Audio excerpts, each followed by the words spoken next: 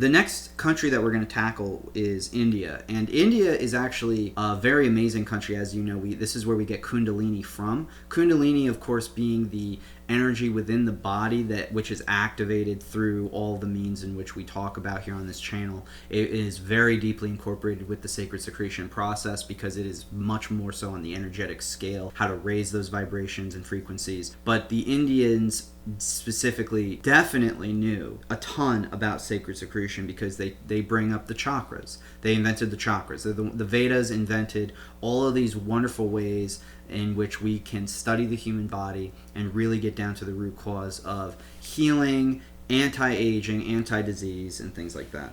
There's even a deity that's called Soma that's associated with the moon, and it's also a substance that's commonly referenced as sort of a combination of ambrosia from the Greeks, so the nectar of the gods, the sustenance or drink of the gods, but it also has a sort of physical form to it where it does appear to be referenced as an actual psychedelic substance, which is also super common among the religious traditions of the world. But it goes a little deeper than that, in that Soma is an alternative name for something that's also called Ojas, and there's also another alternative name or a similarly related substance to something called Amrita. And all three of them have to do with enlightenment and meditation and cultivating it into a higher form in the same way that the sacred secretion process talks about.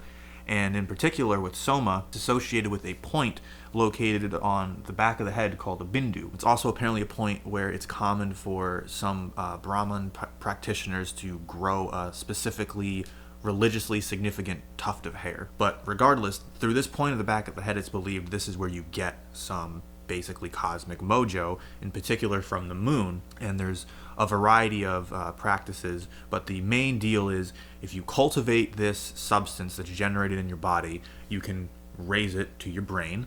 What does that sound like? And if you don't, and you live a life of debauchery and base pleasure, it'll actually fall down your throat and be burned up in your Manipura chakra, which is the solar plexus area.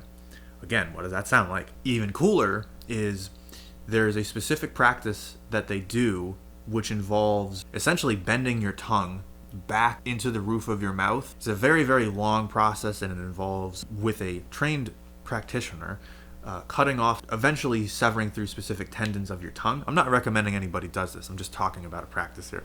But the point is that a major focus of it is keeping the tongue on the roof of your mouth and even further back to help guide this fluid. And it just makes me think of that reference in the Bible where it's keep the tongues clamped to the roof of your mouths, and in reference to being holy and that sort of thing. Mm-hmm. And I just don't think that that's a pure coincidence. So a lot of people today call that mewing. It's a much smaller degree, obviously not breaking the tendons of the tongue, but a lot of people know it today as mewing, M-E-W-I-N-G, and it's a trick that people are using to push upon the semilunar ganglion, which is it's in kind of like the sinus area above where the tongue placement would be on the roof of the mouth. And yeah, these are all things that kind of run parallel with sacred secretion process. Now, India has a trinity, just the same way that the West has a trinity. Now that we're going more east, we want to take a look at this trinity. Brahman, Vishnu, and Shiva. This is, of course, the Father, the Son, and the Holy Spirit. Shiva is not negative. A lot of people think that Shiva is a destroyer god, which it is, but it's not negative. It's a destroyer and rebirthing god. So Brahman is the one that creates through the destroyed elements of what Shiva leaves behind. So it's a trinity. It's a cycle of sorts.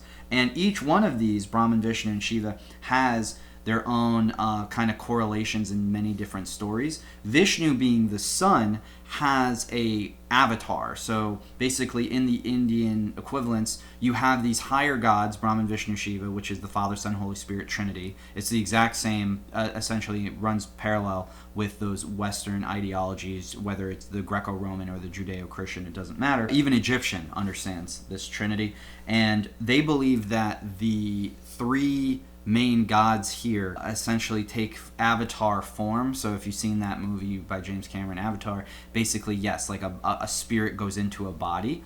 So again, runs perfectly in line with even Christianity, because they say that Jesus Christ was the Son of God. He was God in a physical form. By all means, it's the same thing. Vishnu being the sun archetypal figure of the higher sense, so he's basically the Jesus Christ. He has an avatar, or he has a physical form named Krishna.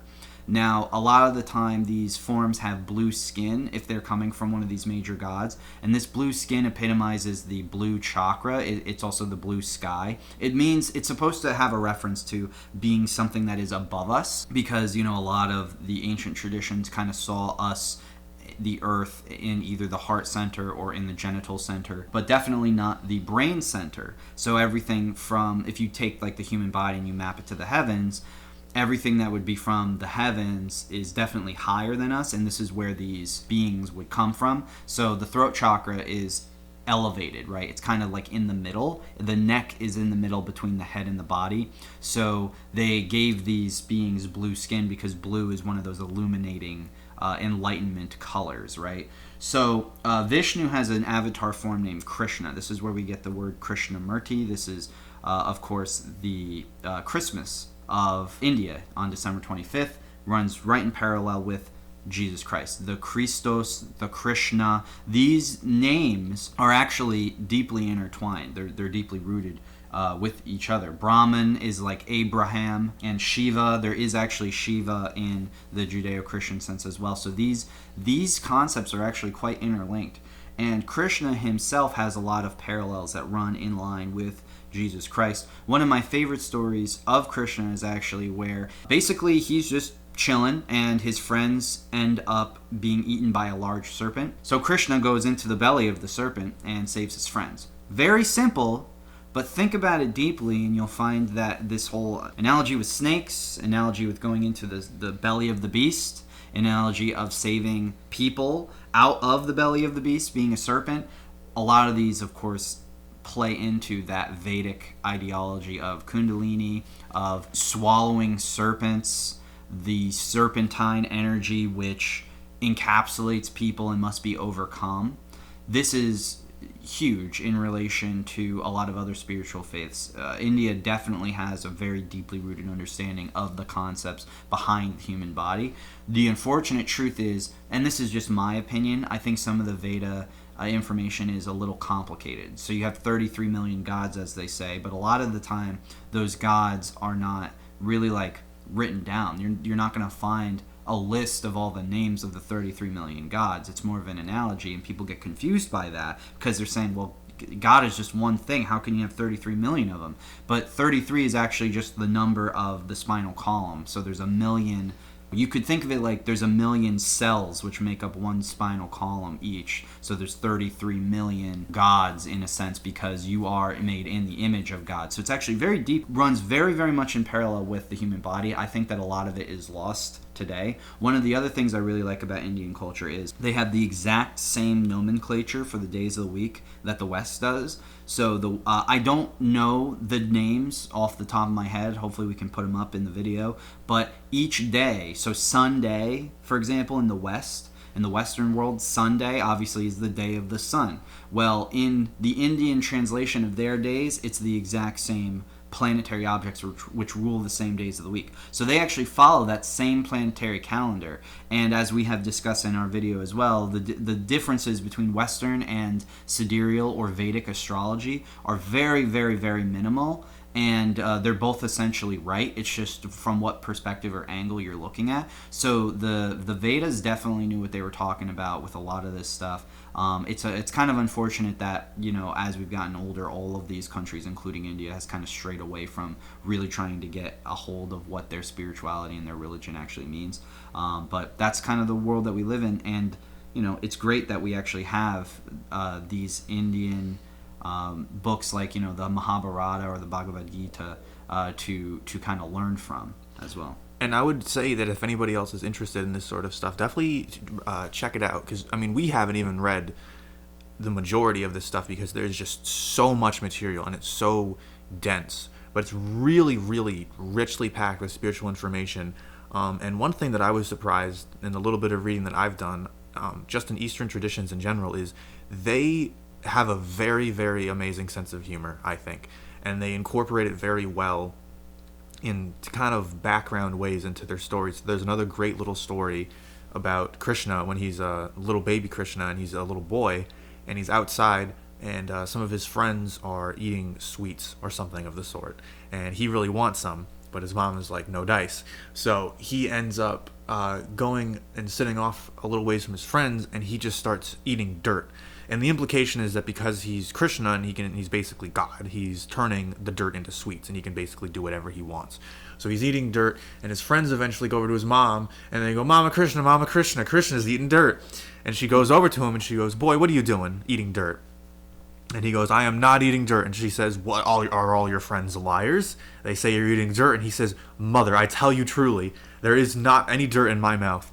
And she goes, open up your mouth. And so he opens his mouth, and she looks inside, and she sees everything. Everything. Mm-hmm. The stars, the cosmos, the gods, the Brahmins, all of existence within his little mouth.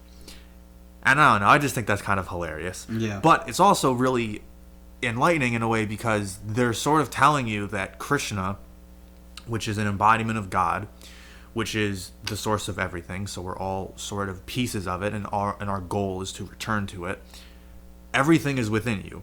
Everything is within you. Anything that's out there in the cosmos that you see, you have a reflection of inside of yourself, and that's the most beautiful and frightening part of the human body. Mm-hmm. And that's why, again, just to reiterate, the Vedic and Indian information that we have today is so paramount and important to our understanding of even the sacred secretion cycle itself, because they have a lot of confirmations of the same exact wisdom. And so it's just a beautiful thing to study.